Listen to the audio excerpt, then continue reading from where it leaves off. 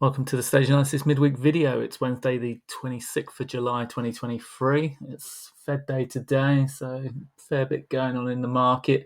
So I just wanted to do a brief update on what's happening with the market indexes week to date since the previous video and some of the short-term market breadth. And then I'll run through some of the watchlist stocks from yesterday in a bit more detail.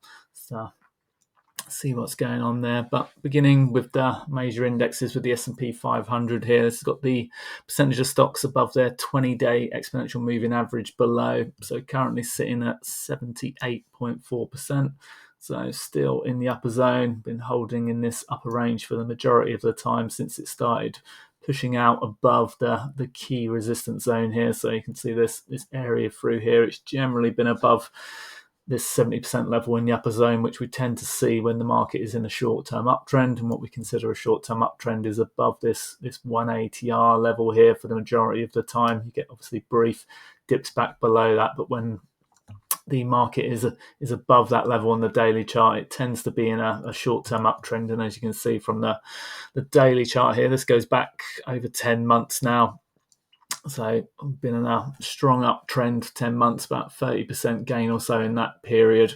And it's now been pushing out into stage two for a good couple of months now. If we look at the NASDAQ 100, very similar moves. It has pulled back in recently. So you can see the potential short-term base structure that might be developing. We've got very tight action over the last few days here. Percentage of stocks above their 20-day moving average at 72%. So similar position to what we're seeing in the S&P 500. This has been the leading index. There's a much bigger move since October last year. So since the lows, we'll see up to lows to the highs there over 50% and pulled back in a little bit to around 48% there. So big move in the NASDAQ 100 over that period.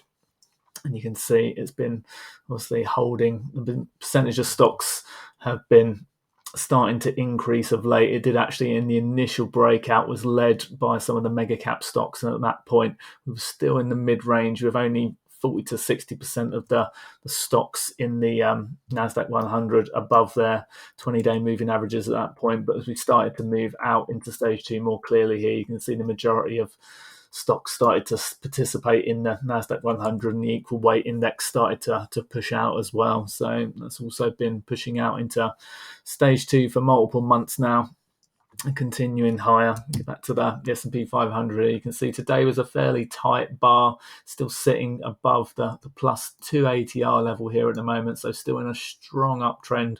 And obviously butting up against the outer limits of its normal range. So 380R levels is our normal range. So we did push out of that range for a few days.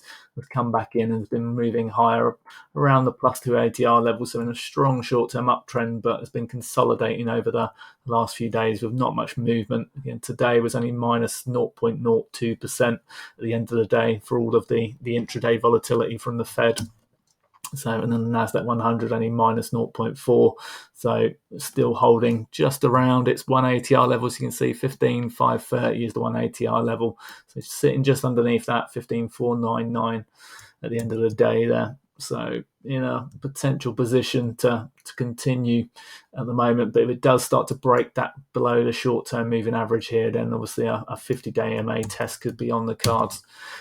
NYSE Composite is a new entrant into stage two. So you can see on the daily chart here, we've got our previous highs through here where this was tested multiple times. This zone did manage to push out and failed, came back in, undercut. So initial breakout attempt failed. It came back in again, obviously tested through that zone again multiple times, then started to finally push out over the course of the last few weeks or so.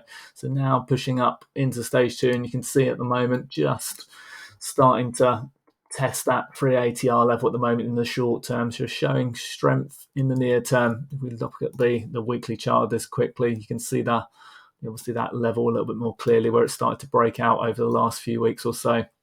So clearing that more convincingly than the previous attempt back in the start of the year. So starting to look more like it's in stage two with the 10-week moving average above the 30-week moving average and both of those rising. Obviously, the price action starting to move out, but still significantly underperforming S&P 500, but only just starting to turn up in the near term. So well below what we call the zero line. So we go back to this. We've got 76.89% of stocks above their 20-day moving average at the moment. So almost over 3/4 in a short term strength there. If we look at the Russell 2000, again starting to move out into early stage 2. So this is the broadening of the breadth that people have been talking about for a while now.